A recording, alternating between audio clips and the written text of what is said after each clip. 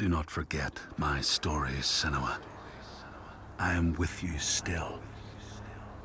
Out of hell you have come, and now find yourself in Midgard, the world of men. Do not think it any less dangerous for that. Your path has taken you far from home, across the boundless sea, and you must go on to the heart of this place, to the heart of man.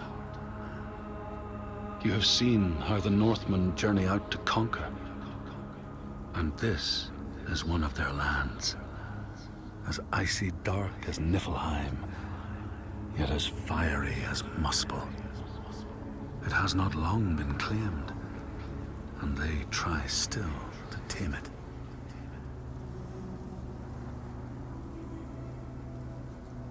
The Skald's verse speaks of a man called Grettir the Strong. A strange and bloody life he led. And it happened in this land you have come to. Listen to his story, Senua, for it may in some small way illuminate your own.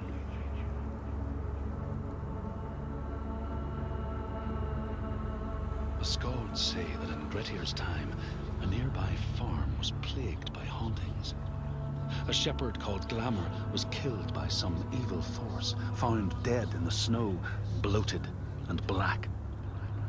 His body could not be taken to burial, because he was held fast to the ground. So it was left. 3 days after his death, the body was missing.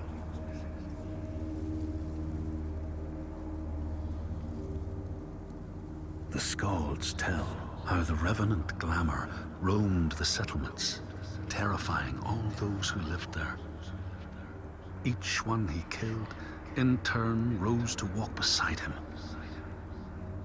Thus, evil begets evil.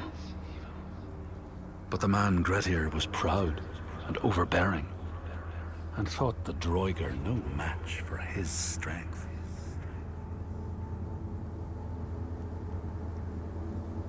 The Skalds say that Grettir fought and killed the Droiger Glamour, but not before Glamour had cursed him.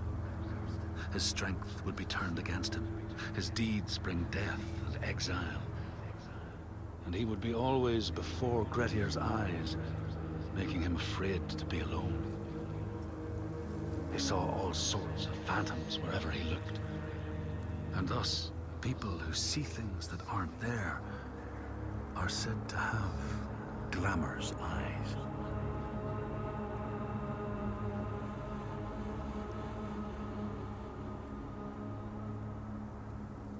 The Skalds tell how in the time of Grettir's kinsman Thorgrim, there was a terrible famine. No crops could be grown, and the fish fled the nets. It lasted years, and the people were desperate.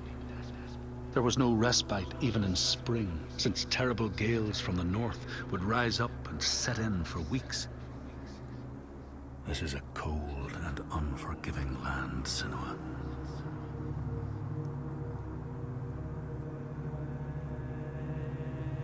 In the time of famine, at the place known as Rifskar, Thorgrim found a huge finback whale, beached and dead. His neighbor, Thorfinn, had already found it and was in the process of flensing it. But Thorgrim claimed it as his own. Thorfinn said he would not give it up without a fight. If that's what you want, Thorgrim said, let it be so. And he launched a blow at Thorfinn, cutting off his head in one strike.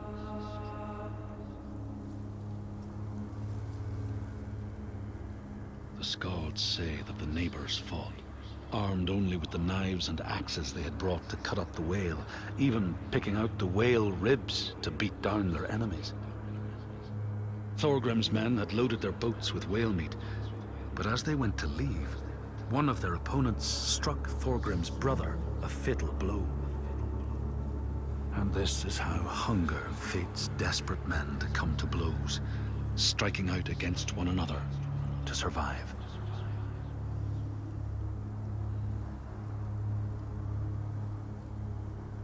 Skalds speak of the time Grettir, traveling with some others, ran into rough weather and docked their boat on an island. They had not brought fire with them, and the merchants complained bitterly. Seeing a great fire blazing on the other side of the strait, Grettir said he would swim over to fetch it. He took off his clothes and struck out across the water, wearing nothing but a cloak.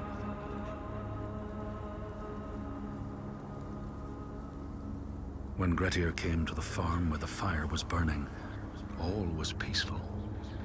By the time he reached them, his cloak was frozen stiff, and he looked like nothing more than some huge troll. The frightened farmhands struck out at him with the first things to hand, the burning logs from the fire. Grettir fought them off and got the fire he sought. But the sparks from the logs spread fire all over the house, and nobody survived the blaze.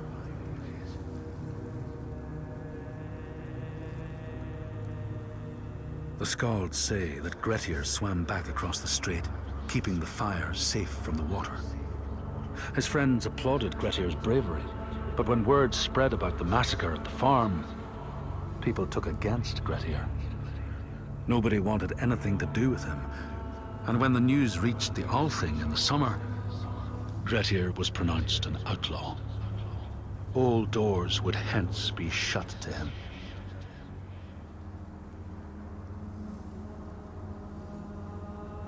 The Skalds speak of how Grettir, now an outlaw, took rest on the island of Haramsoy with a man called Audun. Grettir saw a great yellow glow like a fire rising from the ground.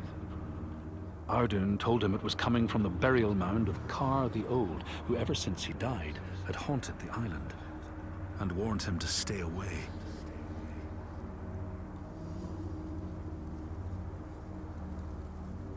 The Skalds say Grettir wanted the sword that was buried in Kar's howe, and would not be deterred from seeking it.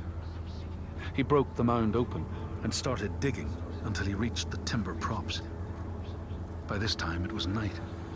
Audun warned him again not to continue, but Grettir threw down a rope and went inside the mound. No light penetrated it, and it reeked of death. But he persisted in exploring.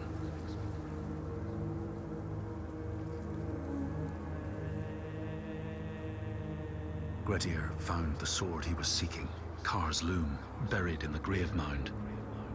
He went to leave, but before he could reach the rope, something grabbed him from behind, and Grettir realized the mound dweller would not let his treasure go. The two fought ferociously until Grettir got the advantage and chopped off the revenant's head. But Kar's loom would prove his undoing, fated to be the sword that killed him.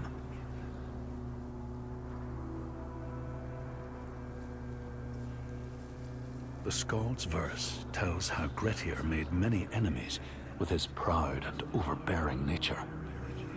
Always quick to anger, his strength and fighting prowess meant that even the most trivial of quarrels met a fatal end. The kinsmen of those he killed or maimed were angry, and because he was an outlaw, no one was allowed to help him.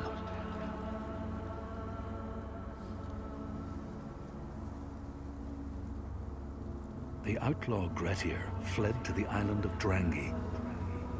His enemies knew he was there, but he was still so strong and fierce, nobody could shift him. Thorbjorn, first among his foe, sent his foster mother to see Grettir. She was a Seithkona, and very wily. She enchanted a tree branch and sent it to wash up on Drangi. Grettir tried to cut it up for firewood, but his axe flew back and struck him in the leg. The wound blackened and festered, and Grettir feared his time was close.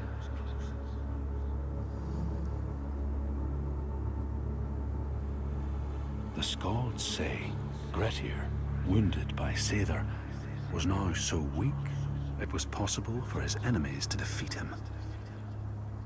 Under cover of night, Thorbjorn and his men attacked his shelter. They tried to disarm him, But he clung so firmly to his sword, Kar's loom, that they had to cut off his arm to get it free. Then they used his sword to cut off his head, and the land's mightiest outlaw was dead.